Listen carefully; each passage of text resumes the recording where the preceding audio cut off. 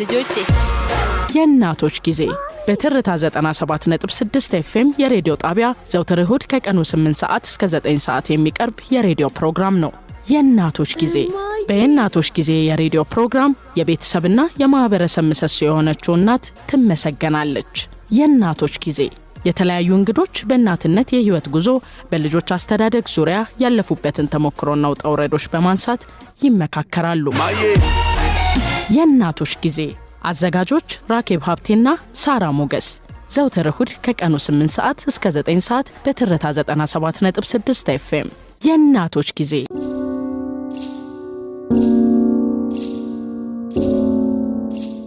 ሰላም ሰላም አድማጮቻችን እንደምን ሰነበታችሁ? የእናቶች ጊዜ ላይ እንገኛለን። ዛሬ ከእንግዳ ጋር መተናል። አዘጋጃችሁ እኔም ራኬብ ሀብቴና ሳራ ሞገስ እዚህ እንገኛለን። አብራችሁን ቆዩ።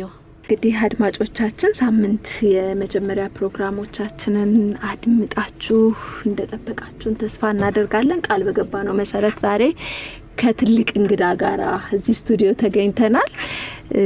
እንግዳችንን እንግዲህ በወፍ በረር ለማስተዋወቅ ያህል ዶክተር ይሁኔ አየለ ይባላል። ብዙ ነገሮችን በተለይ ከጤናና ጤና ነክ ጉዳዮች ጋር በተያያዘ በተለያዩ መገናኛ ብዙሃን የምናውቀው እንግዳችን ነው።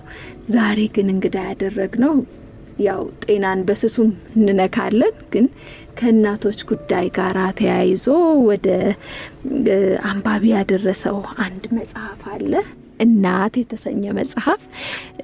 እናትን ማዕከል አድርገን እናወራለን እንጂ ዶክተር ይሁኔ ይህንን መጽሐፍ ሲያሰናዳ ያለፈባቸው ብዙ ጉዳዮች አሉና እሱንም በደንብ እንጠቅሳለን። ግን እኔ በወፍ በረር አይደል ያስተዋወቅኩት ራኬብዬ። ዶክተር በደንብ አድርጎ ስለ ራሱ ይነግረናል፣ ስለ ኢትዮጵያዊ እናቶች ይነግረናል። ብዙ ጉዳዮችን እናነሳለን። ጥሩ ቆይታ እንደሚሆንልን ተስፋ እናደርጋለን። እንኳን ደህና መጣህ ዶክተር። እንኳን ደህና ቆያችሁኝ ሳራና ራኬብ። እኔም እድሉን ስለሰጣችሁኝና ስለ እናቶች ስለ ኢትዮጵያ እናቶች በተለይም ደግሞ ስለ ገጠር እናቶች በዚሁ አጋጣሚ ምክንያቱም እናት ሲባል ኢትዮጵያ ውስጥ ብዙ ጊዜ የምናወራው ከተማ ያለው ነው። ግን 80% ከዚያ በላይ ሆነ የገጠር እናቶችን አዛይ ተሸካሚ ስለምንረሳቸው በዚህ አጋጣሚ እኔው ግንናዬ የገጠር እናቶች ላይ መሆኑን በዚሁ አጋጣሚ እንድታውቁልኝ ነው። እንደዛ ማለት ግን የከተማ እናቶችን አይመለከተኝም ማለት አይደለም። የከተማ እናቶች የተሻለ እንደ ገጠር እናቶች ወገባቸው በሸክም የጎበጠ ማዲጋ እህሉን ልክ እንደ ጋማ ከብት ተጭነው ወደሚሄዱ በቃ የጥንቱ አዳኝ ለቃሚ ማህበረሰብ የሚኖሩበት ኑሮ ላይ የሚኖሩ የተረሱ ናቸው ብዬ ስለማስብ እኔም ውልደቴ ከገጠር ስለሆነ እንደው ስለ ገጠሯም ብሶት ባይሰሙንም ብናስተጋባ በዚህ አጋጣሚ ጥያቄያችሁን ወደዚያ እንድታዞሩት ለማለት ነው። አመሰግናለሁ።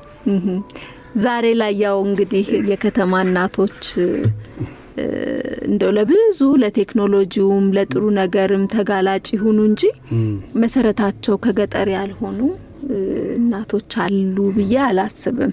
ትክክል። የብዙዎቻችን መሰረት ገጠር ነው። የገጠር ያደጉ እናቶች ናቸው ያሳደጉን። ከገጠር ነው ምንጩና ይነካናል ባንድም በሌላም መንገድ ብዬ አስባለሁ። የከተማዋ እናት የከተማው እናት ብቻ ሳይሆን ከተማ ላይ ለሚኖር ሰው የሆነ የገጠር መሰረት እንዳለ እረዳለሁኝ። ትክክል ነሽ።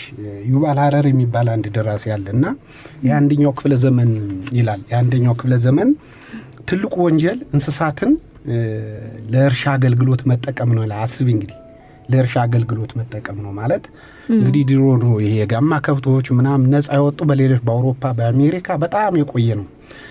ግን እንስሳትን አይደለም። ዛሬ ወደ ኢትዮጵያ ውስጥ ብንወጣ በብዛት ሸክም ላይ የምታዩ ወደ ገጠር ገበያዎች አካባቢ ሄደሽ ውሃ በመቅዳት ሁሉን ነገር የሚሸከሙት እናቶች ነው። ስለዚህ ሸክም በሌለበት ጊዜ ልጅ ያዝላሉ፣ ልጅ ሳይኖር ደግሞ እህሉን ይሸከማሉ፣ ውሃውን ይሸከማሉና አዛይ ተሸካሚ የምላቸውም ለዚያ ነውና እኛ አንዳንድ ጊዜ ወንጀልም አርገሽ ትወስጃለሽ እንደ ኢትዮጵያ እንደ ስርዓት እንደ ሀገር ውስጥ ዛሬ ማዲጋውንም ጫናውንም ከሴቶቻችን ጀርባ ውርደን ወደ ካሬት ወደ ጋሬ ቢያንስ ወደሚገፋ ነገር አለማውረዳችን ግን በስንተኛው ክፍለ ዘመን የመጣ አንድ አሜሪካዊ የታሪክ ጸሐፊ ማፈሪያዎች ብሎናል። ከእናቶቻቸው ላይ ማዲጋውን አውርደው እንኳን ወደ ካሬት ወደ ጋሪያ ማውረድ ያልቻሉ ህዝቦች ናቸው። ግን ዓለምን የምናስተምር የበለጸግን የቀድመን የሄድን ህዝቦች ናቸው ይኩራራሉ እያለ በጣም ልካችንን ነግሮናልና ብዙ ነገር የሚወራው እዚህ ከተማ ስላለው ዘመናዊነቱ ስለደረሰው እዚህ ተሟልቷል ማለት አይደለም። ግን ያንን ደግሞ ስናየው የገጠሩ በጣም በሚያስለቅስ ሁኔታ እንግዲህ ታውቁታላችሁ። አሁን ነው በክሊኒክ ሄዶ መውለድ መገላገል ትልቁ ነገር የመጣና ገና ቴክኖሎጂው ገጠር አልደረሰም። ሁሉ ነገር በእናቶች ነው የሚሰራላችሁ ፈልጌ ነው። ከነውኛ ምንስማማለን። የገጠር እናት በደንብ ማንሳት አለብን። እናትነት ከተማ ላይ ብቻ አይደለም። ሁሉንም እናት የሚለው ስም ራሱ ሁሉንም እናቶች ከተማም በገጠርም ያሉትን እናቶች ይነካልና እኛ ያው ችግሩም ሁሉም ነገር ቢለያይም በዛ ያለው ደግሞ ምን ያህል ከባድና ጫና የበዛበት እንደሆነ መረዳት እንችላለን። እኛ እዚህ እንዳለን እንደ ከተማ እናት እኛም ምናግሮመርማቸው ነገሮች አሉና እዛ ደግሞ ሲሆን ምን ያህል የከበደ እንደሆነ እንረዳለንና ጥሩ ነው። ደስ በሚል ሁኔታ አንስተኸዋል። በደንብ አድርገን እንወያይበታለን። ግን ከዛ በፊት ዶክተር ይሁኔ ስለ ራስ በደንብ አድርገ የተወሰኑ ነገሮችን ብትነግረን ደስ ይለናል። እኔ አስተማሪ ነኝ። እንግዲህ ዩኒቨርሲቲ ውስጥ አስተምራለሁ። ደስ የሚለኝ ግን ማህበራዊ ለውጥ ባልኩሽ ምክንያት የገጠር ልጅም እንደመሆኔ ግን ዓለም የደረሰበትን የብርሃን ጮራ ደረስን ብዬ አላስብም እና ያኛው መሰረታችን የሚስተካከል በእርግጥ በትምህርት ነው። እኔም የትምህርት ሰው ነኝ፣ አስተምራለሁ። ግን ትምህርት ዋናው ቤዚክ ትምህርት ብዬ የማስበው ህፃናት ላይ ነው። ህፃናትን አንድ ጊዜ ወላጅ አቃጦ ከሰራቸውና ትምህርት ቤት ጥሩ አድርጎ ተቀረጻቸው የነገ አገር ተረካቢ በመሆናቸው አገርም እየተስተካከለች ትሄዳለች እና ብዙ ጊዜ የማሳልፈው እዚያ ላይ የእናቶች ጤና የህፃናት ጤናና ይሄ እንግዲህ መጽሐፎች ወደ 3 4 5 ወደ 5 መጽሐፍ የታተሙ ወደ በዚሁ ልክ የሆኑ ወደ 5 መጽሐፍ የሆኑ ደግሞ ያላለቁ ያልታተሙ ትምህርት የሚጠይቋሉኝ። ብዙ ጊዜ የማሳልፈውም መጽሐፍ በመጽሐፍ ነው። ይህንን የምጽፈውም በ3 ነገሮች ላይ ልጆች ላይ እናት ላይና ጤና ላይ እና በተለይ ይህንን እናት የሚለው መጽሐፍ እንድጽፍ የገፋፋኝ መጀመሪያ የእናት ጤና ነው። የመጀመሪያ የሰው ልጅ ጤናው ጤናማ አመጋገብ ጤንነት የሚጀምረው በእናት ማህፀን ውስጥ ነው እና በተለይ 1000 ቀናት ተብሎ በተለምዶ የሚነገሩ ነገሮች አሉ። ይሄ 1000 ቀናት ልጆች 1000 ቀናት አመጋገብ ሲባል የሚጀምሩ ገና ከጽንሰት ጀምሮ ነው። በእናቱ ሆድ ውስጥ 9 ወር ይቆያሉ። ከዚያ እስከ 2 ዓመት እድሜ ልደታቸው እስካቀርቡ ያለው ያ ጊዜ ነው እና በዚያ ላይ ነበር መጽሐፍ የፈለኩ የእናት ጤና የሚል መጽሐፍ እና በዚያ ላይ የእናት ጤና አመጋገቡ ልጆች እንዴት መያዝ እንዳለበት አመጋገቡ ምን እንደሆነ ልጆችን ራሷን አመጋገብ ልጆችን ብቻ ሳይሆን እናትን በትክክል መያዝ አለበት። እናት ነው ዝግጅቱ ከማርገዟ በፊትም የሚደረጋል። አሁን በብዛት በሚዲያው የሚነገረን የፎሊክ አሲድ የሚባላል።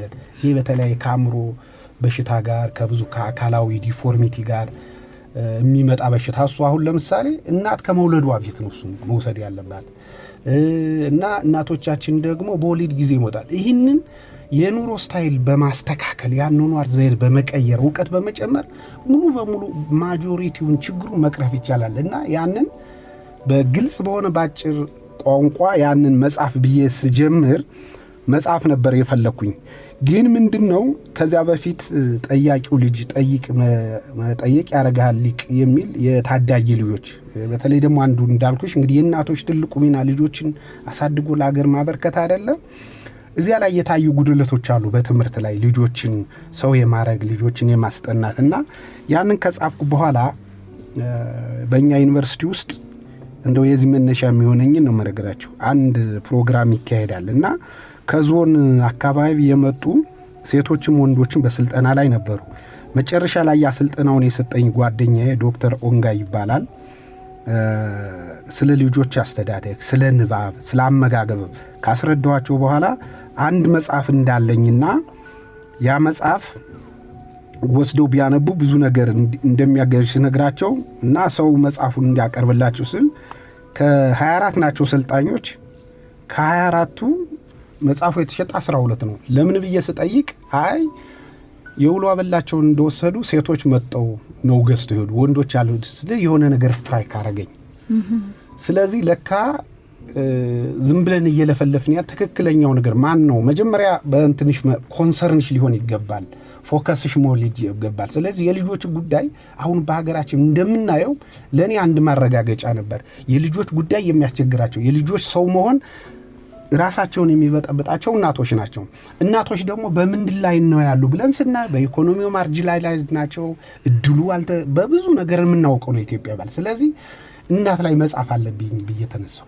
we should empower እናትን empower ካረግን የሀገር ችግር ይቀረሳል ትልቁና የረሳ ነው ትልቁ እንደ ኢትዮጵያ ትልቁ መያዝ የነበረበትን እናቶችን empower ማለት ወይም እናቶችን ማብቃት ነው ብዬ ነው ይህንን መጻፍ ትቼ ይህንን ካስቀደሙ በኋላ የጤናውን አስቀድማለሁ ብዬ ነበር እንግዲህ ይህንን የሚገርምሽ ነገር ይህ መጻፍ ደግሞ የሰጠውት ገቢው ሙሉ በሙሉ የእናቶችን ሸክም ለሚያቃልሉ ተግባራት የሚውል ነበር የሚል ምንድነው የዚህን መጻፍ ፕሮጀክትስ ጀምረው ይህን መጻፍ ከጻፍኩ በኋላ እንደ ባይ ፕሮዳክት ወይም ተረፈንትን ሆኖ የሚመጣ ከዚህ የሚገኘው ምክንያቱም ሁሉም ሰው ስለናት ይጮሃል ሁሉም ያወራል ግን በተግባር ምን ሰርታልበት የሚሰራ አይደለም ስለዚህ ይህን መጻፍ ከጻፍኩት በኋላ እንግዲህ ወደ 3-4 ዓመት 5 ዓመት የወሰደብኝ መጻፍ ነው ከዚህ በኋላ ይህን መጻፍ የሚሸጠውን መጻፍ ገንዘቡን ሰበስብና ገጠርጄ ለ25 እናቶች የውሃ ጉድጓድ ቆፍራለሁ ውሃ ህይወት ስለሆነ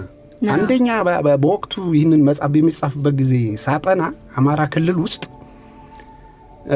ከመቶ እናቶች 3% ብቻ ናቸው በሳሙና እጃቸውን የሚታጠቡት በሳሙና እጅን አለመታጠብ ምግብ የምግብ አብቅለሽ ምግብ የምታመርችበት ነው ንጽህናሽን የምትጠብቂበት ነው ህይወት ነው ስለዚህ እነዚህ አካራኩ እነዚህ እናቶች ደግሞ ሰስቴን በማሰልጠን እዚህ አካባቢ የሚወጣውን ውሃ ለጎመን ለካሮት አትክልት ትልቁ ደግሞ አንድ የምግብ ይሄ ማይክሮኒውትሪየንት ዴፊሺየንሲ ይባል የምግብ እጥረት በጓሮ ማምረት ዶሮ እርባታ እሱን እንደ ፕሮጀክት አድርጌ አካባቢ ሰዎችን በማስተባበር ነበር ይሄ መጻፍ ሲያልቅ የውሃ ጉድጓድ መቆፈሪያ ማሽን ሳስጠና አንድ ጉድጓድ 6 ሚሊዮን ብር የሚወስድ ሆነ ስለዚህ ሰዎችን ሳናገር እንግዲህ ቃሌ ነው ቃል ገብቻለሁ ይሄ መጻፍ ለዚያ ነው ማውሎ ብዬስል ከዛ በኋላ ያለ አማራጭ እንግዲህ ይህን መጻፍ ሽጠህ የሚገኘውን ገንዘብ የሆነ ኤንጂኦ አቋቁመ በዚያ ኤንጂኦ ውስጥ በተሻለ መጠን እናቶችን የሚሰሩ የተማረውና ያካባቢው ሰው የትምህርት ቤት አሉሚናይ ምናምን ይያልኩ ማሰባሰብ ነው ሲሉኝ ይህንን አሁንም ደግሞ እኔ የመንግስት ሰራተኛ ነኝ የዩኒቨርሲቲ አስተማሪ ነኝ ገንዘብ የለኝም ማስተማር ስለዚህ ሳሰባስብ ፍሬ ዓለም ሽባባው እና ቤጃይ ናይከር የሚባል የሥራ ፈጣሪ እነሱ ወደ 300,000 ብር ስፖንሰር ጋር 1000 መጽሐፍ አሳተሙ ይህንን 1000 መጽሐፍ ገበያ ላዋል ነው ምንድነው ያደረግነው ይህንን 1000 መጽሐፍ ሳራ አንዷነሽ ሰዎች በየራሳቸው ወስደው በእጅ ለእጅ ነው የተወሰነው ከተሸጠ በኋላ ወደ 400,000 ብር ተሰበሰበ የተወሰኑ አሁን መጽሐፎች አሉ ቤት ውስጥ ያላለቁ እሱን ኤንጂኦ አቋቁመን እናቶችን መልምየ ሰጠነው ግን መሃል ላይ ጦርነት መጣ አሁን በአገሪቱ ላይ ያለው ተንቀሳቅሶ ማለት አይደለም በአጋጣሚ ተቀምጦ ወይ ሪፖርት አርጎ ወይ ካልሰራ ሲባል በሰሞን ደግሞ ወደ ደብረ ብርሃን ሄደን ነበረ ወደ 100 የሚሆኑ እናቶችን ልጆች እስከ 2 ዓመት ልጆች ያላቸውን የዳይፐርና የ3 ይሄ አልሚ ምግቦችን ገዝተን የተወሰነ የ200 የ300 ሺህ ብር ሰጠን መጠናልና ይሄንንም ሰርተናል ለተቀደሰ ዓላማ የተጻፈ ለዛ ነው የዋለና አሁን እንግዲህ እነዚያ በበጎ አድራጎት ይሰራ ስለነበር ሰው ደግሞ ከራሱ ትኩረት አሁን ነገሩ ፈታይ በመሆኑ ትኩረት አልሰጠውም እንጂ ወደፊት እንሰራበት ብያለን በየተነሳውት ነውና ይሄ ነው በአጠቃላይ የእናት ታሪክ ሲነገር ለማለት ነው የመጽሐፉ ብቻ እርግጥ ነው አሁን ካነሳቸው ነጥቦች ውስጥ ብዙ ቁም ነገሮችን ማግኘት ችለናል ይህ የ1000 ቀናት ምገባ በቀጥታ የሚገናኘው ከእናት ጋር ነው እንደው አንተም ይሄ የኒውትሪሽስት ወይንም ስነ ምግብ ባለሙያ እንደመሆነ 1000 ቀናቶቹ በጡትም እንደገና ማህፀን ውስጥም ሆኖ የእናት ኃላፊነት ነው በዚህ በ1000 ቀናት ውስጥ በስነ ስርዓት ተመግቦ ያደገ ልጅ የአይምሮ ግንባታው ላይ የአይምሮ ማለት የአንጎሉ እድገት ላይ ትልቅ ሚና አለው ያ ማለት ትውልድ ጄነሬሽን የሚቀጥለው እዛ ላይ በተሰራው ስራ ነው ብዙ ጊዜ ስለ መቀንጨር ያነሳል ዶክተር ይሁኔ። መቀንጨር ፊዚካሊ ወይንም ደግሞ በሰውነት አቋም ብቻ አይደለም፣ መቀንጨር አስተሳሰብንም እንትን ያደርጋልና ጤና የተጠበቀ ልጅ እንዲኖር፣ ጤና የተጠበቀ ትውልድ እንዲኖር፣ ጤና የተጠበቀ ብቻ ሳይሆን መልካም አስተሳሰብ ኖሮት የሚያድግ ልጅ መሰረቱ እናት ላይ ነው የሚጣለው ሚል አቋም አለውና ቀላል ነገር አይደለም። እቺ 1000 ቀናት ብሎ የጀመራትን ነገር ዝም ብዬ ማለፍ ስላልፈለኩኝ እውነት ነው። ከዛ እንግዲህ አለፍ ስንል የዚህ የዘመን ቁጭታችን የሆነው የእናትን ጉዳይ የጀመረልን ገጠር ሄዶ ብዙ ጥናቶችን ብዙ ምርምሮችን እያደረገ ነውና እንደው ከመጽሐፉ ባለፈ ምን ታዘብክ ልለው ወዳለሁኝ። የእናቶች ህይወት ምን ይመስላል በአጠቃላይ በኢትዮጵያ የታዘብከውን ነገር እስኪ እንደ ጠየቅሽኝ አርጌ ማን ነው የናንተ ጀግና ብባል የምድር ላይ የኔ ጀግና የእናቴ ናት። የሁላችንም ጀግኖች እናቶቻችን ነው። ጀግና ማለት ጀግንነት በሀገራችን እንደገና ሪዲፋይን ማድረግ ሳይቀር ነበር። የጀግናን ዴፊኒሽን አበላሽተናል። ለኔ የመጀመሪያው ጀግኖች እናቶች ናቸው። ጀግና ማለት የሰው ልጅ ፍጥረቱ ነው ሲመጣ ምግቡን እየበላ ህይወቱ ሰስቴን የሚያደርግበት ምግብ መፍጠር ነው የመጀመሪያው። እና ኢትዮጵያ ውስጥ መጪ ባይን የማይታዩ ማይክሮ ኦርጋኒዝሞችን አላምደው ፈርመንት አድርገው ዓለም ልዩ የሆነ ምግባችን ሰርተውልናል። ጠላውን፣ እንጀራውን፣ ቆጮውን ሁሉን ስትለው የእናቶች ውጤት ነው። ስለዚህ ይህ ትልቁን ባህላችን ህይወታችን ሰስቴን የምናደርግበትን ባህል መስራቾች እናቶች ናቸው፣ ሴቶች ናቸው። ስለዚህ እኔ የመጀመሪያ እናቶች ምንድናቸው? ኢትዮጵያ ውስጥ የመጨረሻ ጀግናዎች ናቸው። እናቴ ለኔ ጀግናዬ ናት። ሌላ ስናደርገው የኢትዮጵያ እናቶች በዓለም ላይ በብዙ ነገር ልዩ ያደርጋቸዋል። ተምሳሌታዊም ናቸው። እኔ ሪዚሊየንት የሚለው የእንግሊዘኛ ቃል አይሰበሬ ልንለው ይችላል፣ ተቋቋሚ ልንለው እንችላለን።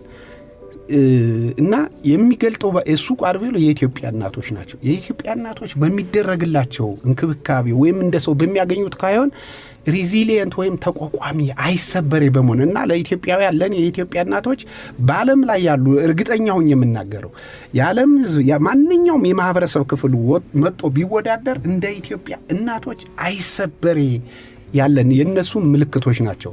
በተለይ ወደ ኢትዮጵያ ደግሞ ስንመጣ ኢትዮጵያ ውስጥ እነሱ ደጋሽ ናቸው፣ አልባሽ ናቸው፣ ቀላሽ ናቸው። ደጋሽ ማለት ምግቡን ልትወስድ ይችላል። አልባሽ ማለት በጥንቱ ጊዜ ልብስ ምንም ሳይመጣ እናቶች ተፈጥሎ ተዳርቶ ሁሉ ነገር አልባሾች እና ቤዚክ ነገሮችን መድኃኒቱን ጡት ቅድም ያልሽው በ21 ቀን ላይ የመጀመሪያው 1 ዓመት ወይም እንገር የሚባለው የመጀመሪያ ወተት አይደለም። የሚገርምሽ ነገር ክትባት ነው። እናቶቻችን ሐኪሞቻችን ናቸው። እናቶቻችን ተንከባካቢዎች ናቸው። እኛ ተቦክተን እኔ ከጡብ የተሰራው ብስል የኔ ጡብ የተሰራው በእናቴ ነጭ ደም ወይ ወተት ተቦክቶ ተጋግሮ በተሰራ እንትን ነው የተሰራው። እኔ እናቴ ነኝ። ስለዚህ አባቴ እናቴን እኔ ሲሰራ አባቴ የሆነ ኢንፎርሜሽን ነው የሰጠ። እናቴም የራሷን ኮንትሪቢዩት አድርጋለች። ግን ትራይቨር የሚባል ሳይንቲስት አለ እና ማተርናል ኢንቨስትመንት 90% እናቴ ኢንቨስት አድርጋኝ ሰው ያደረገችኝ እናቴ ናት። 9 ወር በማህፀኗ ተሸክማኛለች፣ አጥብታኛለች። ከዚያ በኋላ ደግሞ 2 ዓመት አንቺ እንዳልሽው ደግሞ በጀርባ ተሸክመኛለች። እኛ የእናቶቻችን ውጤት ነን እና እናት በዚያ ሆኖ የምትገለጥ ለእኔም ብቻ ሰው ለማንኛችን አይናችን ገልጠን ካየነው ሳይንሱም የሚነግረን ይህን ነው። ስለዚህ እኛ እናቶቻችን ነን ማለት ነው። እኔ በእናቴ እናቴ እኔ በነገራችን ላይ ግማሽ እናቴ ነኝ። እናቴና አባቴን ሌላ አይደለም። ሰው ተወለደ ሞት አይባልም። ኢቮሉሽኑም ሳይንሱም ይሄን ነው የሚነግረን። ሰው በምድር ላይ ሲሆን 2 ዓላማዎች አሉት። በምድር ላይ ዘሩን ማስቀጠልና ደስተኛ ሆኖ መኖር። ከዚያ ውጭ ህይወት የለም። ስለዚህ የህይወት አስቀጣይ የምድር ላይ የህይወት አስቀጣይ የህይወት ማሽን ናት እናት ማለት ነው። እና በዚያ ልክ ይህም ያንሳታል። ቃላት ቢደረድር የእናትን ኮታ ኢምፓቲዋን፣ አዘኔታዋን፣ እንክብካቤዋን እና ጎሽ ለእናቷ ስትል ተወጋች። ይህ ቀላል ነገር አይደለም። ለልጆቻቸው በነገራችን ላይ የፍቅር ጀግና አለዋለሁ አልቱሪዝም ይሉታል። አልቱሪዝም በ3 ነገሮች ይገለጣል ይባላል። አንደኛ በኢየሱስ ፍቅር፣ ሁለተኛ በንብ፣ ሶስተኛ በእናት ነው። አልቱሪዝም ማለት ለሌላው ህይወት ሲል ለሌላው ጥቅም ሲባል ህይወትን አሳልፎ መስጠት ነው። እናትን ያን ስታጠባይ ወተት ከበላችሁ ምግቧ ላይ ወተት ባታገኙ እንኳን ወተቱ ካጥንቷ እየተቦረቦረ ወደኔ ይመጣል። ስለዚህ ህይወቷን መስዋዕት እያደረገች ነው። ንብም ቀፎውን ስትከላከል አንድ ዜ ጠላት ከነደፈች ትሞታለች። ያ እንትኑ ተወልጉሎ ስለሚመጣ ኢየሱስም የሚሉት እንግዲህ ሃይማኖት ሰዎች የሚሉት ያለምንም ያለ ኮንዲሽናል አንኮንዲሽናል ላቭ ይባላል። ያለ ምክንያት የሰው ልጅ ወደደ ነውና እናት አንዷ የፍቅር ጀግና ናት ማለትም ይቻላል። በደንብ እናት የተገለጠችበት ንግግር ነው። እርግጥ ነው ወግ አዋቂ ነው ዶክተር ይሁኔ፣ ግን ደግሞ አንዳንዴ የሆነ እናት መሆንሽ ያኮራሻል። የመጣሽባቸው እናቶችን እንዴት አድርገሽ ልትገልጫቸው ሁሉ ጊዜ ግራ ይገባል አይደል? ገለጸልን ዛሬ። ለነገሩ እኛም የእናቶች ጊዜ ላይ ስንጋብዘው በጣም እርግጠኛ ሆነን ይሄን ነገር በደንብ አድርጎ በብዙ መልኩ እንደሚነግረን አስበን ነውና እናት የሚለው መጽሐፍ ራሱ በእናቶችና በሴቶች ሳይጻፍ በዶክተር ይሁኔ መጽሐፉ ራሱ አስገርሞን ነበረ። ከዛ ደግሞ መጽሐፉንም ስናነበው በጣም ብዙ እኔ በግሌ በጣም ብዙ ነገር ነው የተማርኩበት። በጣም ብዙ ነገር ነው ያየሁት።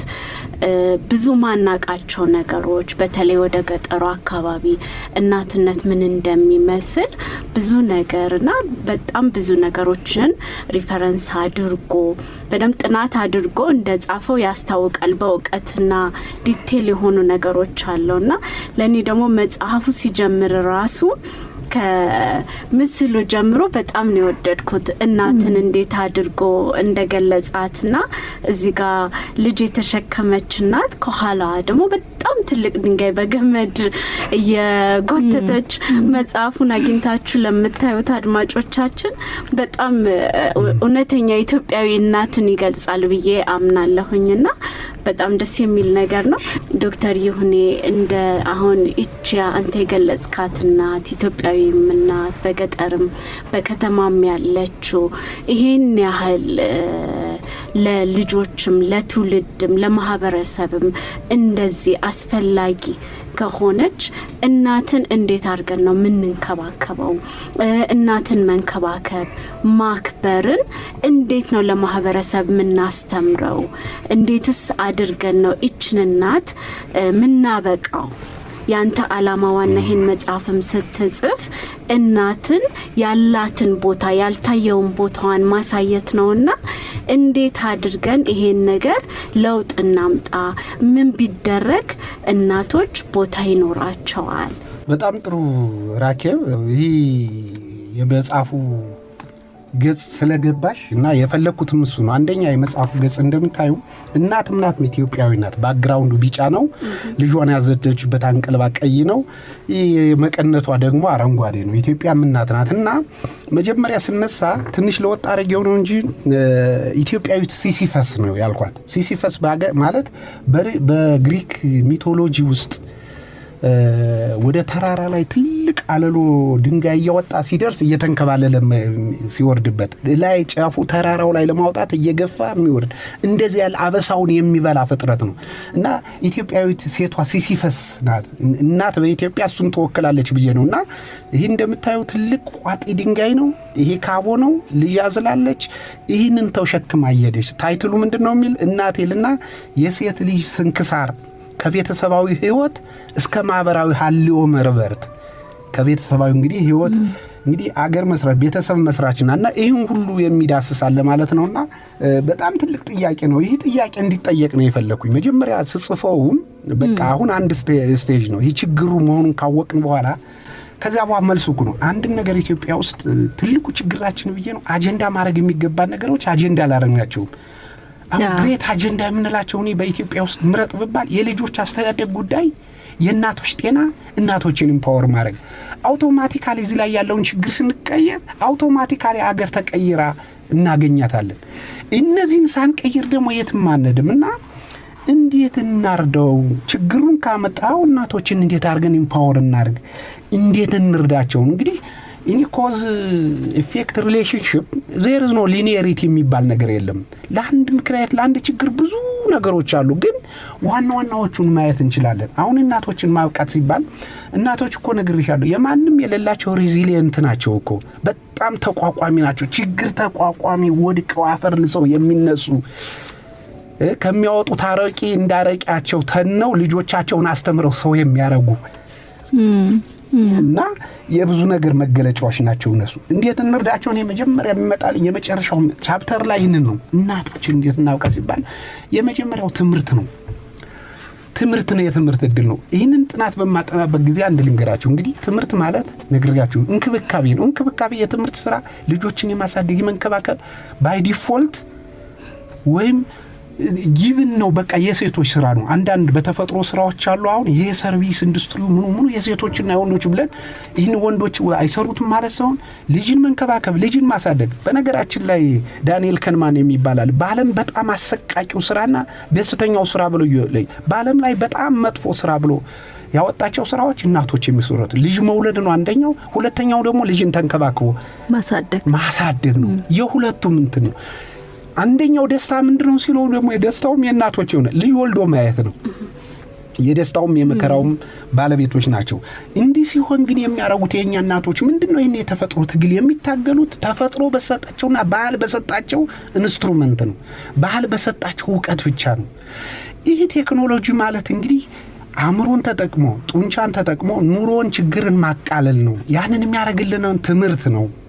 ቅድም እንደነገርኳችሁ ይህንን መጽሐፍ በምጽፍበት ጊዜ ኢትዮጵያ ውስጥ በብዙ ሺህ የሚቆጠር ሃይስኩሎች አሉ። ከነዚህ ሃይስኩሎችን መምራት የነበረባቸው ለልጆች የቀረቡ ልጆችን አሳድገው ለትምህርት ቤት ያቀረቡ እናቶች ናቸው። በዚያ ደረጃ ሃይስኩል መምራት የሚችል እናት ታጣለች ብያለሁ። አንዱ ማሳያ ነው። ይህን መጽሐፍ በምጽፍበት ጊዜ ባደረኩት ጥናት የትምህርት ሚኒስቴር ላይ ባገኘሁት ዳታ 3 እናቶች ብቻ 3 ሴቶች ብቻ ነበረችው የትምህርት ቤት ዳይሬክተር። this is marginalization በኢትዮጵያ በሞላ እስቲ በኢትዮጵያ ውስጥ እንያው ለምሳሌ ብዙ ወደ የግል ባንኮች አሉ። እንደው ፋይናንሻል ኤክስክሉዥን አንዱ ስለሆነ ነው። የግል ባንኮች ምን ያህሎች ናቸው የሴት የባንክ ፕሬዝዳንቶች አሉ። ምንስ እድሉን ካልሰጠሽ ካላለማመድሻቸውና ሞሮረሰ ብዙ ሰው ይሄንን አይሰከመው። እኛ የሰለጠነን ቅድም ባልኋችሁ ምክንያት የሰለጠነን ሴቶች የተመቻ አይደለም የለም። የሌላ ሀገር የበለጠ ሴት ይጨቁናልና እኛ የተሻልነን የሚባል ነገር የለም። እና በብዙ ነገር እናቶች ማርጂናላይዝ ሆነዋል። ሴቶች ታሪካዊ ነው፣ ያ ባህላዊ ነው። ወንድ ነው የጨቆነ አይደለም። እንግዲህ ባህልን የሚሰሩት ወንድም ሴትም አንድ ላይ ናቸው። ሴት እየተጨቆነች ያለች እናት እየተጨቆነች ያለች በሰራችሁ ባህል ነው። ያ ባህልም እንደ ጭቆናት አታውቅምና በትምህርት ሁኔታ ወደ ዩኒቨርሲቲዎች ብትገቢ አሁን ትንሽ እየተሻሻለ መጣ እንጂ ዳታው ሃይስኩልን የጨረሱ አንደኛ ደረጃ የጨረሱ በጣም እንግዲህ የማህበረሰቡ 50% ሆኖ ሳሉ በእነዚህ መለኪያዎች እናቶች ወደ ኋላ ያቀሩ ናቸው። የሚገርምሽ ደግሞ በትምህርትና በልጆች አስተዳደግ ላይ በተለይ ቅድም ባነሳሽው ላይ ስታንቲንግን ስናጠና ምንም ያልተማረች ማይም እናት ምንም እስከ አንደኛ ነው የጨረሰች እስከ ሁለተኛ የጨረሰች ዩኒቨርሲቲ ዲፕሎማ የጨረሰች ተጠንቷል። በጣም ነው የሚገርምሽ። የ12ን የጨረሰች እናት ከናጠጡ ባለሀብቶች ጋር በስታንቲንግ ሬት ልጆቻቸው እኩል ነው። የናጠች ባለሀብት መሆንና አለማወቅ ማወቅና ድሃ መሆን ነው። ስለዚህ ሁሉን እኩል የሚያረጋት እናትን ከምንም በላይ እኩል የሚያረጋት ሪሶርስ ሌላ ነገር ስልጣኑም ሳይሆን ትምህርት ነው።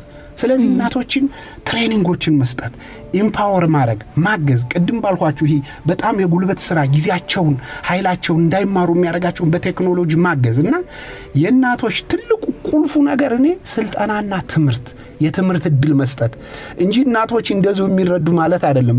ይህንን የተፈጥሮ ሪዚሊየንት መሆናቸውን የተፈጥሮ ጥበባቸውን የተፈጥሮ ልጅ ማሳደግ ፔሸንታቸውን ይዘው ዕውቀት ብንጨምርላቸው የእኛንም የሌላውን ማህበረሰብንም ችግር ጎትተው ይወጣሉ። ስለዚህ እንዴት እንርዳቸው ካሲን ብዙ መንገዶች ብቻ ሳይሆን እንዳልኩኝ በፋይናንሱ በኩል አሁን ለምሳሌ ኢንዱስትሪ ውስጥ ፋይናንሻል ኤክስክሉዥን የሴቶች እንትን በዓለም የመሰከረው ነው። የሴቶችን እንትን ዓለም ያወቀው ነው። ያን ችግሩን መድገም አልፈልግም። ግን ኢትዮጵያ ውስጥ እኔ የትልቁ ነገር እናቶችን ቅድሚያ መስጠት ሲባል ወንበርም አይደለም ለኔ የሚታይ የፓርላማ ወንበርም አይደለም የሚታይ ትምህርትና ትምህርት ብቻ ነው። በተቻለ መጠን ስልጠና፣ ከዛ ደግሞ የቴክኖሎጂ ተጠቃሚ ማድረግ፣ ንግዶቻቸውን የብድር በተለይ ገንዘብ እንዲያገኙ ማድረግ፣ ዕውቀት እንዲያገኙ ማድረግ። አንድ ታሪክ ልነግራችሁ እችላለሁ። ዶክተር አንድ ኢኮኖሚስት ሰው የዓለም ሎሬት የሰላም ፒስ ያገኘ ሰው አለ። የባንግላዴሻዊ ዶክተር መሐመድ መሰለኝ። እሱ ያገኘው በዚህ ነው። ምንድነው ያደረገው? የሴቶችን ከድህነት አውጥቶ ነው። ድህነት አንዱ የባርነት እና የጭቆና ምክንያት ስለሆነ ተብሎ የሰላም ኖቤል ፕራይስ ነው ያገኘ። እሱ ምንድነው ያደረገ? ሴቶቹን አደራጀ፣ ሞባይል ሰጣቸው፣ በሞባይል እየተጠቀሙ መረጃ እያገኙ ከድህነት አወጣቸው። ሌላም ልንገራቸው። አሁን ለምሳሌ ብራዚል ውስጥ የተሰራ አሁን የልጆች ስታንቲንግ መሆን የእናቶች የልጆች መራብ እውቀት የመረጃ እጥረት ነው እንጂ የሪሶርስ እጥረት አይደለም። ብራዚል ውስጥ አንድ ሪሰርች ተሰራ። እናቶች ላይ ምንም ሪሶርስ ምንም እርዳታ ሳይሰጥ ቤታቸው ላይ የሬዲዮና የጧት አለርት የሚያደርግ እንትን ኢምቢል ተደረገላቸው። ጧት ልጅሽን መግቢው እንደዚህ ያለ ኢንፎርሜሽን አገኙ፣ እውቀት አገኙ። በ6 ወር ውስጥ ልጆቻቸው ከስታንቲንግ ወጡ።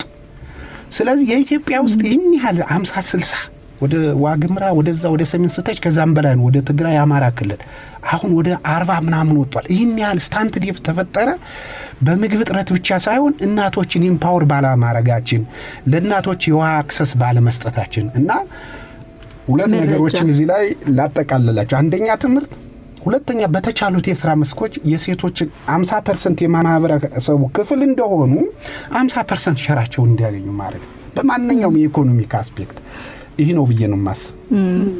ግን ዶክተር ብዙ ጊዜ እናቶች ሲባል ያው የሴቶች ጉዳይ ነው እና ቅድም እንዳልከው በባህልም በተለያዩ ሁኔታዎችም የተገነባ ማህበረሰብ ውስጥ ነው እነኚህ እናቶች ያሉት።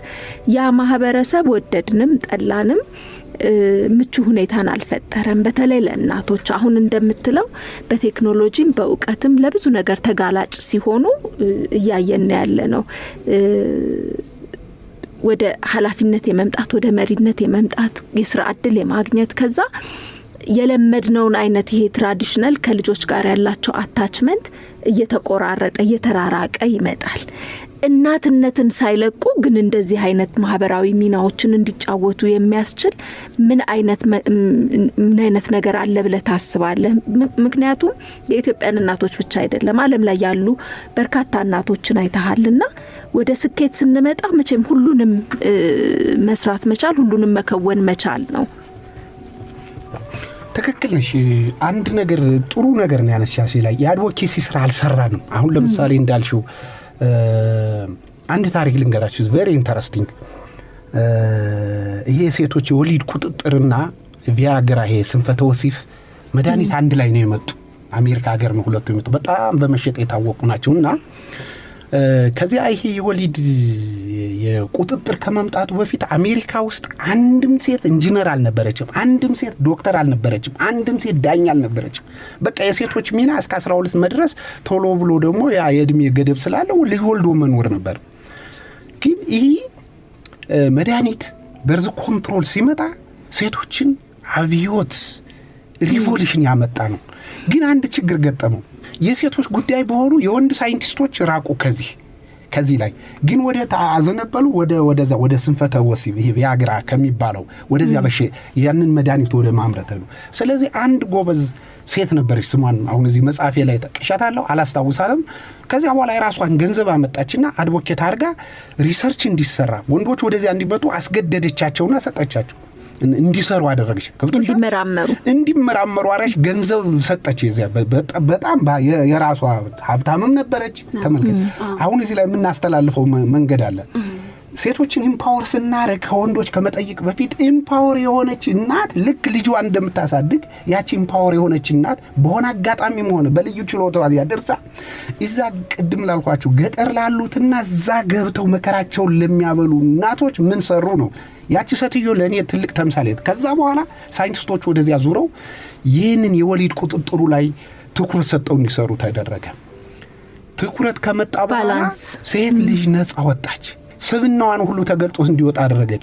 ትምህርታቸውን ከዛ በኋላ የሜዲካል ዶክተሮች፣ ኢንጂነሮች መውጣት ጀመሩ። ምክንያቱም በወሊድ ምክንያት ማቋረጥ፣ በወሊድ ምክንያት የሚባለው ነገር በዚህ ተሰናክሎ በዚያ መቅረት ቀረ። ከዛ በኋላ ይሄ አንዱ ትልቅ ምሳሌ ነው። ከዛ በኋላ እሱ ብቻ መሰለሽ እንዴ ያ ከመጣ በኋላ አሜሪካዎች ጎበዝ ናቸው፣ ማጥናት ጀመሩ። ከዚህ ጋር ተያይዞ ያለውን የኢኮኖሚ በትሪሊየን ነው በአመት ላይ የኢኮኖሚ እንትናቸውን የጨመረው። በዚህ ታሪክ ላይ እዚህ ቀጥላ ከአሜሪካ ቀጥላ ይህንን የተጠቀመች ጃፓን ናት። ይሄ በርዝ ኮንትሮልን ጃፓኖች ደግሞ አዘ ሴም ታይም ኢኮኖሚያቸውም ነው ያደጉት እና ብዙ ነገር አለ ይህንን ማለት እና እንደዚህ አይነት ሰዎች መምጣት አለባቸው። እንደዚህ አይነት አድቮኬሲ በሰላም እንግዲህ እስከ 1928 ሴቶች አሜሪካ ውስጥ አይመርጡም ነበር። የተለያዩ ሙቭመንቶች መጥተዋል እና አንደኛ እንደዚህ አይነት የአድቮኬሲ ስራ ኢትዮጵያ ውስጥ በትክክል አልተሰራም። ጀስት የሆነ ነገር ከፖለቲካው ስናግ ይደረግና ቦታ ለመያዝ ወንበር ለመያዝ የሆነ ሩጫ ታያለሽ የሴቶች ምናምን በቃ ይሄ ሊፕ ሰርቪስ ግን በተግባር ተለክቶ የሴቶችን እንደ ሁሉንም ዜሮ ማድረግ ባይገባንም እና እንዲህ አይነት የአድቮኬሲ ስራ የሚሰሩ ይህን ነገር ሌት ተቀን የሚሰሩ ግሩፖች ያስፈልጋሉ ያውቃሉ። ይህም ሲሆን ደግሞ እንዲው ዝም ብሎ ሪቶሪክ የሌላውን ሀገር አመተሽ ሳይሆን በኢትዮጵያ ኮንቴክስት የኢትዮጵያ ያለው እየተጠና ኢፌክቱ እዚህ ላይ ወርዶ እየተጠና የሚለው አንደኛ ይሄ የአድቮኬሲ ስራ መስራት አለበት። እንዲህ አይነት ግሩፖች መምጣት አለባቸው። በሴቶችም ሊደራጁ ይችላሉ፣ በወንዶችም ሊደራጁ ይችላሉ። ሚዲያውን ለዚያ መጠቀም እንችላለን፣ ማሳየት እንችላለን። ስለዚህ እዚህ ላይ ስራ አልተሰራም። እኔ አንድ ነገር ልንገራችሁ። ይህን መጽሐፍ ስጽፍ እውነቴን ነው፣ እኔ አልዋሽም። የሴቶች ጉዳይ ዳይሬክተሮች በየቦታው ላይ በኢትዮጵያ የተደረጉ አንዳንድ ጥናቶች አሁን ለምሳሌ አቢዩዝ የሚደረጉ ሴቶች፣ የሚደበደቡ ሴቶች፣ የሚተውስ ምንም መረጃ የላቸውም። እውነቱኝም እንግዲህ አሁን ተቀይሮ ሊሆን ይችላል፣ ብዙ አመት ሆኖታል። ይሄ በ2015 ነው የታተመ። እስከዚያ ድረስ ግን በጣም የሴቶች ጉዳይ እየተባለ የተቋቋመ ነገር እኔ አንድ እንደውም ከእንትን ቀን በኋላና አንድ የምናሳትመው መጽሔት አለ መረጃ እንኳን ማታገኝ ኮምፓይን ሆኖ ያልተቀመጠበት እና ገና እውነቴን ነው በሴቶች ጉዳይ ላይ ይችንትን 1% ስራ አልተሰራም። ዝም ብሎ ይሄ ሊፕ ሰርቪስ ማስመሰል ብቻ ነው በእውነት የምታዩና አንደኛው ይሄ የአድቮኬሲ ስራ መስራት አለበት። አዌርነስ መምጣት አለበት። ሴቶቹም ችግሩን ዝም ብሎ እንደዚህ ወጦ ማግለብለብ ሳይሆን በተጨባጭ ቆጥሮ ምን እየሆነ ነው ያለው የት ነው የሚለው በጥናት መስራት አለበት። ለዚህ መጀመሪያውን ሴቶች በመሆናቸው ምክንያቱም በችግር እኔ ይህንን መጽሐፉ መግቢያ ላይ ጽፌያለሁ። ይህንን መጽሐፍ ጽፈው በሽተኛው ተቀምጦ አስታማሚው ፔኑ እንደሚናገር ነው። ዛስነቱር ሴቶች ተቹ አንብቡ እናንተ ውጡኛ እናግዝ ነው። ከዚያ ወንዶችን ትሬኒንግ ያስፈልገናል ስለ ልጅ አስተዳደግ ስለ መርዳት። ሌላ ያልሽው እኔ ሁሉ ጊዜ የሚታየኝ ነገር ያነሳሽው ነገር እኔ አንድ እናት ከወለደች ልጅ ማሳደግ ለምን ነው ስራ የማይሆን? ቆይ ይሄ አንደኛው ያ አሁን ለምሳሌ አንድ እናት በኢኮኖሚ ኢንተርምስ ኦፍ ኢኮኖሚ ማየት እንችላለን። መንግስታት ኢኮኖሚውን ስለሚያዩ አንድ እናት ልጇን 1 አመት ብታጠባ 6 ወር በላይ በርዝንትን ቢሰጣት ምን አለ? ምክንያቱም ኢኮኖሚው ይጠጥንቷል። አሁን ልጇን በድንክክል ማታጠባ ከሆነ ያ ልጅ የሆስፒታል ምልልሱ የሚወጣው ገንዘብ የተለያየ ነገር ግን እርግጠኛው ነው እዚያ ቢሮ እየሄደች እያለች የምታጠፋውና ልጇን ተጠንቅቃ ልጇን ጥሩ የሚማር እንዳልሽው አገር የሚረከብ በትምህርቱ ብቁ በአእምሮ ንቁ የመሆን ቅድም ያልሽው ነው ብሬን እስከ 97 ተሰርቶ የሚያልቅ እስከ 2 አመት 3 አመት ጊዜ ነው። ከዚያ በኋላ እዚያ ላይ እስከተሰራ ድረስ እናቶች ጫና ቢደረግ ሊንክ ፓሬንቲንግ ልጅ ማሳደግ የስራዎች ቆብ እውነቴን ነው የስራዎች ቆብ የመጨረሻው እንክብካቤ የሚደረግ እናትና ልጅ እንክብካቤ የሚደረግ ከሆነ ይኸውልሽ ባዲ እዛ ላይ ሰው ነው እኮ ሰው ማምረት ይባል እዚያ ነው የሚጀምር። አሁን ዛሬ ከዚህ ተዛ በኋላ ወጠን ትምህርት ወደቀ እንዲሆነ አይሰራም። ለኔ ታየኛ ነውና እንዲህ አይነት ነገሮችን የፖሊሲ ሾዎችን ያጠና በጥናት በሳይንስ የሚያቀርብ ግሩፕ ቲንክ ታንክ ግሩፕ ሊኖር ይችላል። ይሄ ከሴቶችም ሊሆን ይችላል ከወንዶች። ግን እንዲያልኩት የአሜሪካ ላይ በብዛት ታሪኮችን አንትሮፖሎጂስቶችን እኮ ጫካደው የተወሰኑ ሴት ነው ወንድ በማህበራዊ ለውጥ ላይ የሚለውን እኮ አሜሪካኖች እኮ ወንዶች ሳይንስ ሄደው ይሄ ሰባስተን የሚባሉ አሉ። ይሄ ሰው ጋር የሚቀራብ በሰው ላይ ሪሰርች አይሰራም። እዚያ ላይ በቺምፓንዚዎች በዚያ ያጠናነው ይህንን የሚያሳይ ሲሉ የአሜሪካ ሳይንቲስቶች ጫካ ነው እንትናቸው አዝሎ ይሄዱ ቦርሳቸው አጥንተው መጠው ነው ቲዮሪውን የገለበጡት። ዝም ብሎ በወሬ አይደለም። የሪሰርች መሰራት አለበት፣ ጥናት መምጣት አለበት። አሜሪካ የተሰራው በእርግጥ እዚህ ሶሻል የሆነው ማህበራዊ የሆነው ላይሰራ ይችላል። ወይ ተፈጥሮ የሆነው ይሰራል። ይሄ ወንድና ሴት ይሄ ሴት አትሰራውም ይሄ ወንድ የሚለውን ሽረውታል። ሳይንሱ አለ፣ ትምህርቱ አለ። ይሄንን ነው እንግዲህ በዚህ መጽሐፍ ላይ ለማስቀመጥ የሞከርኩትና እንደው ግን ካነሳው ጥያቄ ተከታይ ነውና እናትነትን እንዳልከው በጣም የብዙ በረከቶች ምንጭ ነው እናትነት።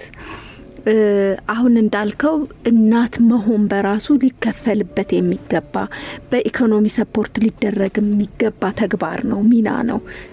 አንዳንድ ሀገራትም እንደዛ ያደርጋሉ፣ ስካንዲኔቪያን፣ ሌሎችም አውሮፓ ሀገራት እንደዛ እያደረጉ አንዲት እናት ስትወልድ የኢኮኖሚ ጫና እንዳይኖርባት ሮጠን ወደ ቢሮም ወደ ስራዎቻችንም እንዳንሄድ። ነገር ግን አሁን ዓለም ያለችበትን ጡዘት እያየን ነው። አንድ ቀን ማደር ወይንም አንድ ቀን ቤት ውስጥ ዘግቶ ከልጅ ጋር ቆይታ ስትወጣ እናት ብዙ ነገር አምልጧት ትመጣለች። ከዛ ቅድም ወዳልከው ወደ መሪነት የመምጣት ነገር ራስ ላይ ብዙ አትሰራም፣ ልጅህ ጋር ነው፣ ልጇ ጋር ዘግታ ነው የምትቆየው። 2 ዓመት አይደለም 6 ወር ቆይታ ስትወጣ የለመደችው የስራ አካባቢ ራሱ ተቀያይሮ ነው የሚጠብቃትና እንዴት አድርጋ ራሷን ታብቃ? ዶክተር ይሁኔ እንዳለው እናትን ማሰልጠን፣ ሴቶችን ማብቃት ማህበረሰቡ አገር 50% ሴቶችና እናቶች እንደመሆናቸው መጠን ማህበረሰብን ማሰልጠን ማሳደግ ነው አይደለ? ስለዚህ ይህን ማህበረሰብ ለማሰልጠን ለማንቃታው እናቶች ደግሞ ካየን በተፈጥሮ ንቁ ናቸው እና ትንሽ ሰፖርት ነው የሚያስፈልጋቸው አይደለ?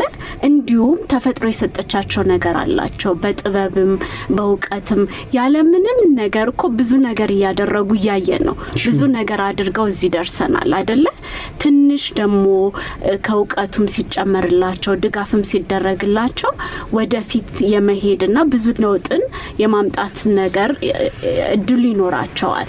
አሁን ባደጉት ሀገር ያ ነገር የገባቸው ለእናቶች ሴቶች ብዙ እድል በማመቻቸት ሌላው ይቅር አንድ እናት ወልዳ እኮ ልጆች የሚሰሩበት ዶክተር ይሁኔ እንዳልከው እስከ 2 ዓመት እስከ 3 ዓመት ትምህርት ቤት እስከሚገቡ ድረስ እኮ ቤት ቁጭ ብለው የማሳደግ እድል አላቸው እና ከዛም ሲወጡ ደግሞ ልጆችን ቤት ውስጥ ቁጭ ብለው አሳድገው ወደ ስራ በሚቀላቀሉበት ጊዜ ወጥተው ስራ ያገኛሉ።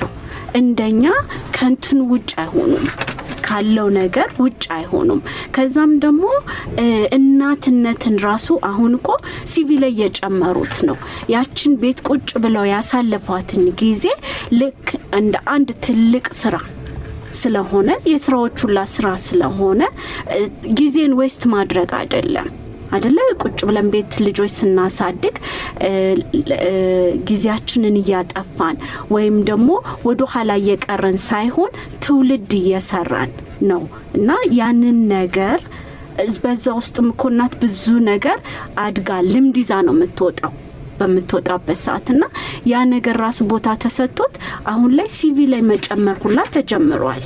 ያንን ቤት የተቀመጠችበትን ከእንደገና ደግሞ ይሄ ወልደው ቤት ውስጥ የሚያሳልፉበት ጊዜ ራሱ ተረጋግተው ልጆችን ለማጥባት 1 ዓመት 2 ዓመት ምናምን በሌላው ሀገር በደንብ እየተከፈላቸው ደሞዛቸው ከስራ ሳይወጡ ቁጭ ብለው ቤት ውስጥ የማሳደግና የመረጋጋት አሁን እኮ ወደኛ እንዳልሽው ሳሪዬ አሯሩጦ የሚያወጣው ነገር እኮ የኢኮኖሚ ጉዳይ ነው አይደለ? ያንን ድጋፍ ካገኘች እቺ እናት ቁጭ ብላ በተረጋጋ መንፈስ ልጇን ታሳድጋለች እና እነዚህ ነገሮች ቀላል ነገሮች አይደሉም። እውነት ነው። በጣም ምርጥ ጥያቄ ነው የጠየቅሽኝ። እንደውም የሳራ ጥያቄ የኔም ሁሉ ጊዜ ጥያቄ ነው፣ ማሳያ ጥያቄ አመጣለሁ።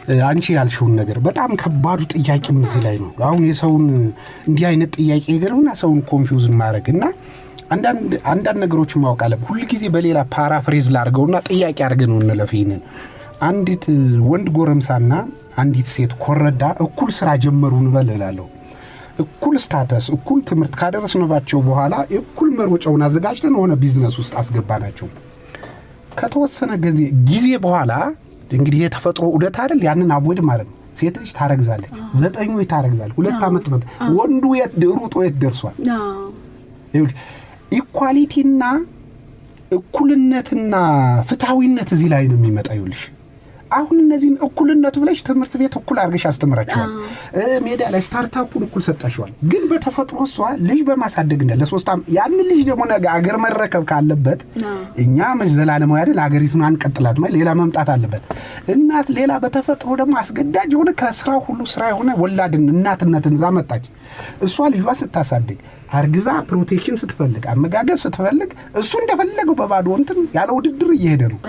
እና እነዚህን ሰዎች እንዴት አድርገን እንመድባቸው ነው? ይሄ ብቻ የምመልሰው ነገር አይደለም። ዓለም የተሰራችው ዓለማችን በእኛ አስተሳሰብ ነው። ዓለማችን ያስተሳሰባችን ውጤት ናት። ያችን ዓለም ምን ቀይረ ደግሞ አስተሳሰብ ነው፣ አቲቲዩድ ነው። ስለዚህ አሁን ያልሽው መጀመሪያ እንዳልኩት አሁን የሴት ልጅ መጀመሪያው አንዱ የዚህ መጽሐፍ ፍልስፍና ሴት ልጅ ብዙ አይነት ዳይሜንሽን አላት። በብዙ አይን ነው የምናያት። ላየር ናት፣ እንደ ሽንኩርት ላየር ናት። ሴት ሚስት ናት፣ አክስት ናት፣ ዘመድ ናት፣ ፍቅረኛ ናት፣ ምናምን እናት ናት። ይህን ሁሉም ተውና አይናችን ሴት እናት ናት ብንል በሴት ልጅ ላይ የሚደረሰውን ቅድም ባልኳችሁ የእናትነት ጸጋዎችን የብቻ ውተትን ስናየት የዚያን ጊዜ ሴት ልጅ እናት መሆኗ ስንሆን የእንክብካቤው፣ እርዳታው፣ መተባበሩ፣ አዜነታው ይመጣል። ሌላ እንኳን ባንረዳቸው እኮ አይደለም እኮ ነፃነታቸውን ሰጠን እኮ ባንጨቁናቸው፣ ባንንቃቸው፣ ባናጣጥላቸው። እንደማ ገጠር ላይ እኔ ተወልጄ ያደኩበት እኮ እና ሴት መታው ልጅ እኮ አያለቅስም። ይሄ ቆላል አይደለም። እናትክን ብለን እኮ ብንጀምረ ትምህርት ቤትና እንደዚያ ብናደርግ እኮ ይርዳል። እንደው ሌላው እርዳታው ይቅርና እስቲ መጀመሪያ ጫናው በምንድነው? እዚህ መጽሐፍ ላይ ለእያንዳንዱ ጫና ሌላ የማህበረሰብ ጫና ልንገርሽ። አሁን ለምሳሌ መካንነት ገጠር ብተች አንድ እናትና 2 ጥንዶች ተጋብተው ባይወልዱ ማህበረሰቡ ይች በቅሎ ነው የሚላት። ግን it is 50-50 ነው፣ 50% ነው። ወንድም መካን የሆነ 50% ነው፣ የሷም 50% ነው። አሁን ፍቅር እስከ መቃብር ታስታውሰው እዚያ ላይ በብዙ እሱን ያነበበው ስለሌለ ነው። ውድነሽ በጣም ምንድነው የምትለው አባቂያሱን የባል ምንድነው የባል እንትን ምንድነው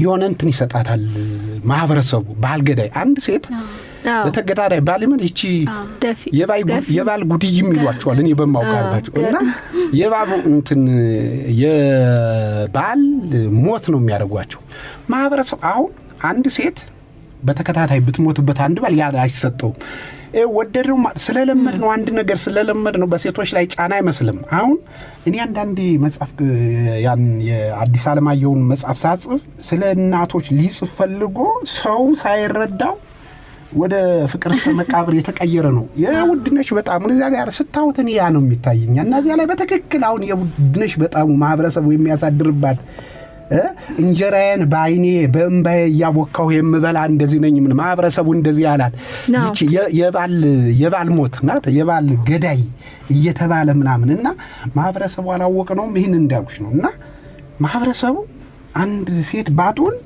ከባሏ ችግር አይደለም የሚላት። እስቲ መጀመሪያ ከዚህ ትራውማታይዝ ይሄ እኮ ሶሻል ትራውማታይዝ ነው። እና ከዚህ እንሂድ። ከዛ በኋላ ኢምፓወርመንት ሲመጣ ወንዱ ሲገባው እኔ አንድ እዚህ የሆነ ነገር ካየን ብልጥነን ኢምፓወር ሲሆኑ ሴት ብቻ አይደለችም እኮ ኢምፓወር ቤተሰቡ ነው ኢምፓወር የሚሆን ወንዱም ነው ኢምፓወር የሚሆን። አሁን ቅድም ብለሻል አንቺ ሴት ጥበበኛ ነው። ልክ ነው። ገጠር እኮ ይላሉ ምን ኧረ መላ ስጭኝ መላ ካንቺ ይገኛል እኔማ ወንድ ነኝ ይደናገረኛል ይላሉ። የገጠር ያሉት ያውቀው ናቹራል ያውቀው ሴት መለኛ ናት። ማብቃቃት ትችላለች፣ ማኔጅመንቱን ትችላለች። ቅድም ያልኩሽ የዚህ መጽሐፍ መነሻ ወንዶች እንግዲህ እንበለው ወደ ጃምቦ ቤት ነው ሄዱ ሞሮርለስ ሊሆን የሚችለው። ሴቶች ግን ያንን መጽሐፍ ነው የኔን መጽሐፍ ስለገዙ አይደለም የልጆቻቸውን ጉዳይ በጭንቅላታቸው በአእምሯቸው አርግዘውት ነው የፈለገች ያሸበረቀች በፈለገው ልብስ በፈለገው ፋሽን እርግጠኛ ነኝ አንድ እናት ሁሉ ጊዜ ልጇን በአእምሯ በጭንቅላቷ አርግዛ ነው የምትል። የልጄ እንደሆነ ምን ሆኖ ይሆን ይሄ ተፈጥሮ ጉዳይ ተፈጥሮ የሚሰጣቸው ነውና ይሄ አንቺ ያልሽው ነገር ስራ ነው መሆንም አለበት። ከዚህ በለጠ ምን ከባድ ነገር አለና ክፈሉኝ ባትል እንኳን ክፈሉ ባንል እንኳን ተረቶቻችን እሱንም ማታዩ እሱን ከመጣል ሌላው ጉድ ነው። በሌላ ርዕሰ ጉዳይ እናየዋለን። ያልሽው ነው በተለይ እኔ ምን ቀላሉን ያልኩሽ እነዚህ ቀላል የኢኮኖሚክ የብድር አክሰስ እኔ አንድ ፕሮጀክት ነበር የመጣና አሁን ለምሳሌ ካረቂ አውጭነት ወደ ከብት እርባታነት ቀላል ነገሮች አሉ።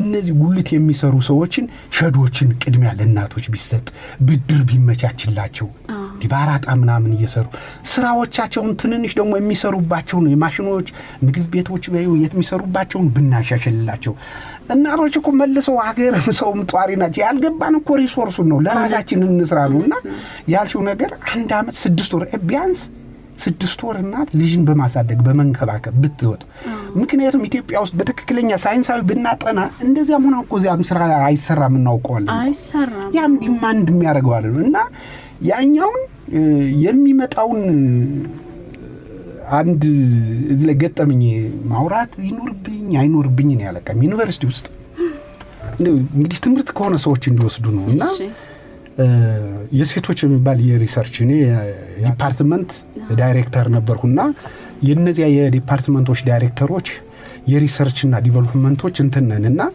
የዚያ በዛ በዩኒቨርሲቲው ፕሬዝዳንት እኮ ለሴቶች የምቻ እንትን ይመጣል የሪሰርች ብቻ ወንዶች የማይወዳደሩበት ሴቶች ብቻ እንዲያገኙትና ጠራችኝን ተጠራሁና ዛ ሴት ናት ይህንን ለሴቶች መሰጠት አለበት ግን አቅም የሌለው ሴት ነው ምን እናርገው አለች። እኔ በጣም ነው የተበሳጨው። ይሄ ያለን ወንዶችም ሰርተን የሀገሪቱን ችግር አልቀየር ነው ይህንን ገንዘብ ግን ለእናቶች ብንሰጣቸው ግን ቢያንስ ልጆቻቸውን ያድጉበታል። እንዴት ያውልሽ ችግሩ በወንዱ ይባላል እንደዚህ አይነት ገና ሜካ ቀድሙ ያል ያስተሳሰበ ሴቶችም ላይ ማልተሰራ የግድ እና ሴቶቹ እንደዚህ ኮሉ እንደዚህ በየቦታው በጣም የሚያቆስልሽ ነገር አለ።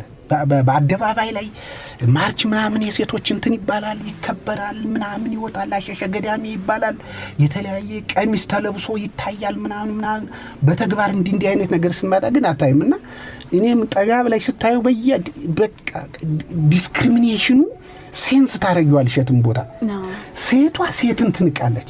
አንድ ጥናት ላይ ልንገል በጣም የሚገርመው ነገር እዚህ ላይ ማለ መጽሐፉ ላይ ጠቅሼዋለሁና በአለም ላይ ሁሉ ጊዜ ይሄ ዳኒንግ ክሩገር የሚባላል ለራስን ከፍ አድርጎ ወንዶች ከሴቶች አንዱ የሚለየን በብዙ ነገሮች ነው ያጥንቸው የሚለየን ትንሽ ጉራ አለን የተሻልነን ብለን እናስባለን።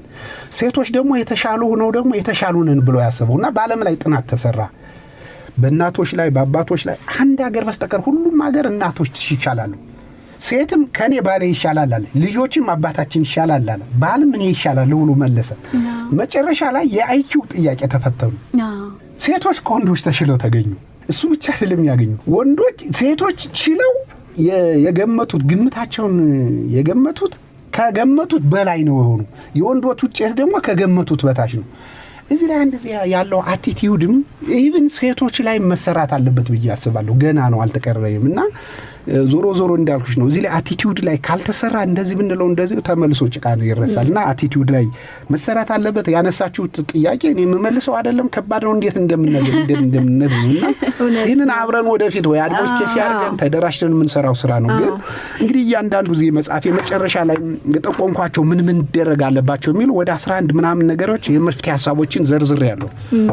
ሴቶች እንዴት አድርጋቸውን እንርዳው የሚል ከቤት አሰራር ጀምሮ በተለይ ገጠሮች ላይ ነው ምን አይነት ቴክኖሎጂ ታገሪቱ ማስገባት እንዳለበት ትምርት ምን መሆን እንዳለባት ትምርትን በምን መልክ መስጠት እንዳለባት እሱ ላይ እዚህ ላይ መጽሐፉን ስለጠየቁ እሱን በሌላ ፕሮግራም ልናቀርበው እንችላለን። ብዙ ነገር ይነሳል ከዚህ ጉዳይ ጋር ተያይዞ ሰፊ ነው። እናትነትን ብቻ አይደለም የሚዳስሰው ሴትነትን አለ ሜንተር ማድረግ ወይንም ማብቃት ሴቶች በሜሪት ራሳቸውን ችለው እንዲቆሙ ማድረግ ከዛ ጋር ተያይዞ እንደውም ብዙ ጊዜ ማነሳው ነገር አለ ዶክተር ይሁኔም ቁጭቱ የገጠሯ ሴት ላይ ነውና ብዙ ጊዜ ሴት ልጅ ስትማር ስትበቃ መጥቶ ይሄ ከተማ ላይ ቅድም እንዳለው የሆኑ ነገሮችን ኃላፊ አድርገን የምናመጣቸው ወደ ተሻለ እንደውም አፈርማቲቭ አክሽን እኮ ተብሎ ከተማ ላይ የተማረች ሴት ገጠር ሄዳ እንድትሰራ አይመቻችም። ገጠር ያለችው ሴት ደግሞ ሮል ሞዴል አድርጋ ወይንም ደግሞ እያየቻት የምታድግ ሴት አለመኖሩ በራሱ ህልሟን የማቀጨጭ ነገር አለውና ጉዳዩ ሰፊ ነው። ከነካ ነው ከዳሰስ ነው ብዙ ነገር ላይ ነው የምንገባው። እንግዲህ ዶክተር ዛሬ በጣም ብዙ ነገሮችን እየተወያየን ነው የቆየ ነው። ብዙ ነጥቦችን አንስተናል። የማህበረሰብ ምሰሶ የሆነችውን እናትን በተጨባጭ መሬት ላይ ወርደ የሰራሃቸው ጥናቶች የሰራሃቸው ምርምሮች መነሻ ሆነውን ብዙ አወራን ብዙ አልን ቆንጆ ወግም ነበረ። ራኬብ እዚህ ላይ የምትጨምሪው ነገር ካለ? በጣም ደስ የሚል ውይይት ነበረን። እውነት ለመናገር እኔ መጽሐፉንም ሳነበው የዶክተር ይሁኔ መጽሐፍ በጣም በቃ በተዘበራረቀ ስሜት ውስጥ አንዴም በቃ ያዘንኩ እውነት እንደዚህ ነው በቃ በዚህ ደረጃ ነን የሚለውንም ነገር ባላየነው መንገድ ራሱ በደንብ እንድናይ ያደርጋልና ብዙ ነገር ዳሰስን። ግን እንዳልነው በጣም ሰፊ ነው። በደንብ ደግሞ ሌላ አርስቶችን ይዘን ዶክተርንም ይዘን ደግሞ በደንብ እናብራራለንና በጣም ደስ የሚል ውይይት አድርገናል ብዬ አስባለሁ። አድማጮቻችንም ከዚህ ብዙ ነገር እንደተማሩ ብዙ ነገር ዋናው ነገር በአንዴ መፍትሄ እንኳን ባይመጣ መጠየቅ፣ መረዳት መጀመር፣ ችግሩን መረዳት መጀመር ራሱ የመፍትሄው አንድ አካል ነውና እንደዚህ በምንወያይበት ሰዓት ብዙ ሰው ያላየውን ነገር ማየት ይችላል ብዬ አስባለሁ። መጠየቅም ይጀምራል ብዬ አስባለሁኝና አንዱ የመፍትሄ አካል ከጥየቃና ከመረዳት ስለሚጀምር ያው ዶክተር እንዳለው አስተሳሰብን መቀየር ነው እንግዲህ አይደለ? እውነት ነው። የእናትን ነገር አንስተን ብዙ ቦታ ላይ ሄድን።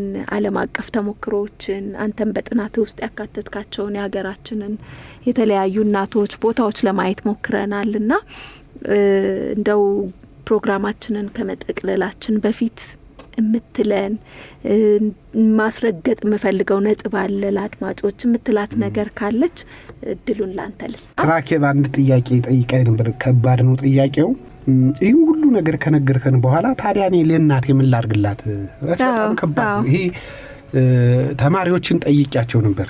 የእናታችሁን ዋጋ ማስተምራቸውን ተማሪ አንዳንድ ጊዜ ወጣልና እንደዚህ እና የእናታችሁን ዋጋ ቁረጡ ብትባሉ መሽጠት ወይም እናታችሁን ደግማችሁ ግዙ ብትባሉ የምታወጣቱን ገንዘብ አምጡ ብዬ ጠይቂያቸዋለሁ። ይሄ በጣም እንትን የሆነ ጥያቄ ነውና አንዳንዶች በገንዘብ ያላሉ ፕራይስለስ ናት በገንዘብ አትተመን ይላል፣ ትሪሊየን ይላሉ፣ ይሄን ያህል ወርቅ ይላሉ ምናምንና በጣም ከባድ ጥያቄ መሆኑን ነው። ያንን ጥያቄ ነው የጠየቅሽኝ። ራሱን የሁሉ ጊዜ ጥያቄዎችን የምጠይቃቸው ግን አንድ ነገር በጣም ቀላል ነገር አለ።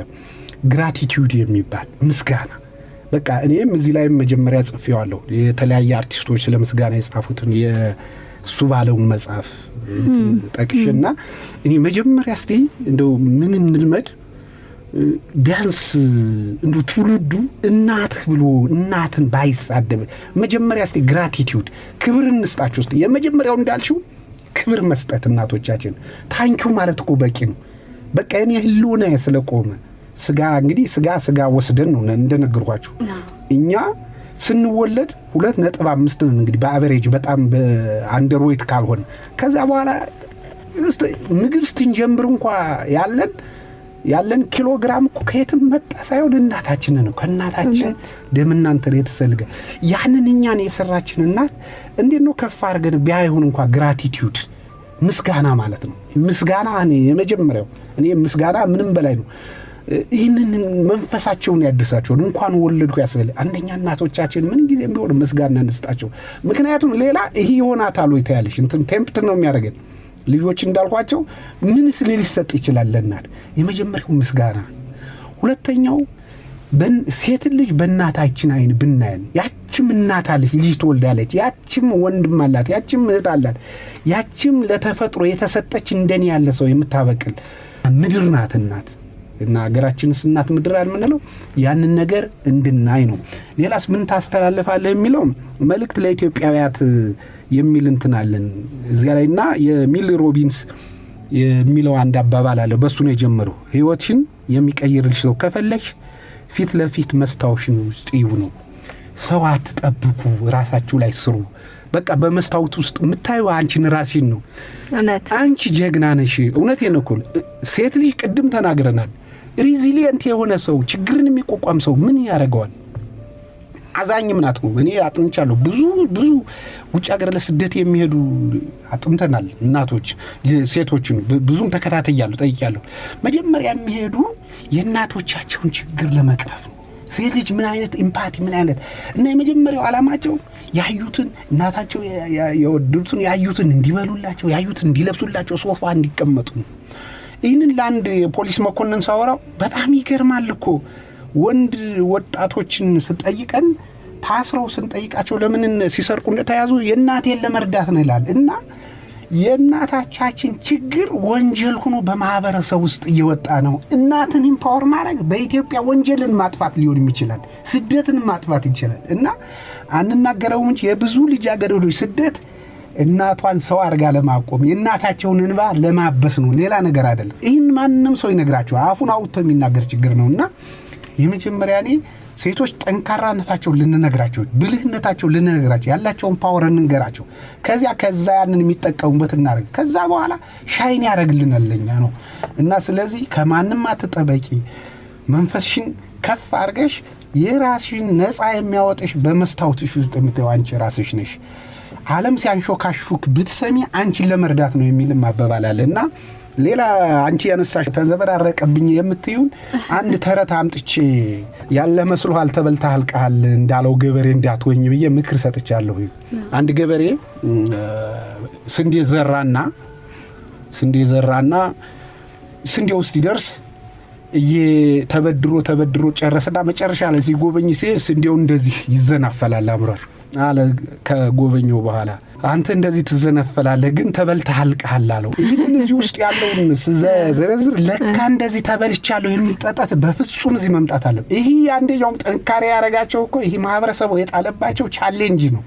የልጅ አስተዳደግ አለ በሳይንሱ ሁሉ አሁን ዞሮ እየመጣ ነው። እና ይሄ የተሰሩበት መንገድ እንጂ ወደ ኋላ ዙረው በጠጠት እዚህ ላይ ስለተወራ ለማስተማር ለማሳየት እንጂ እኔ ሴቶች እንደዚህ ተጨቁነዋል ብለው በጠጠተኝነት መንፈሱ ነው እንዲጨናነቁ አይደለም። አይካን ይህንን ቻሌንጅ የተቋቋመች ኢትዮጵያዊነት ምን አለውና ስለዚህ ራስሽን ኢምፓወር እናርግ ዘመኑ ከሚለው ጋር አብሮ መኖር ነውና ይህ ዘመኑ ደግሞ ተቀይሯል። አሁን እናቶችን የሚለው አንድ ገጠመኛለኝ እዚህ ላይና መብራት ልከፍለዱ እንዴ አስተማሪ ከሆነ በጣም እንትኔን ስለነካይ ነው።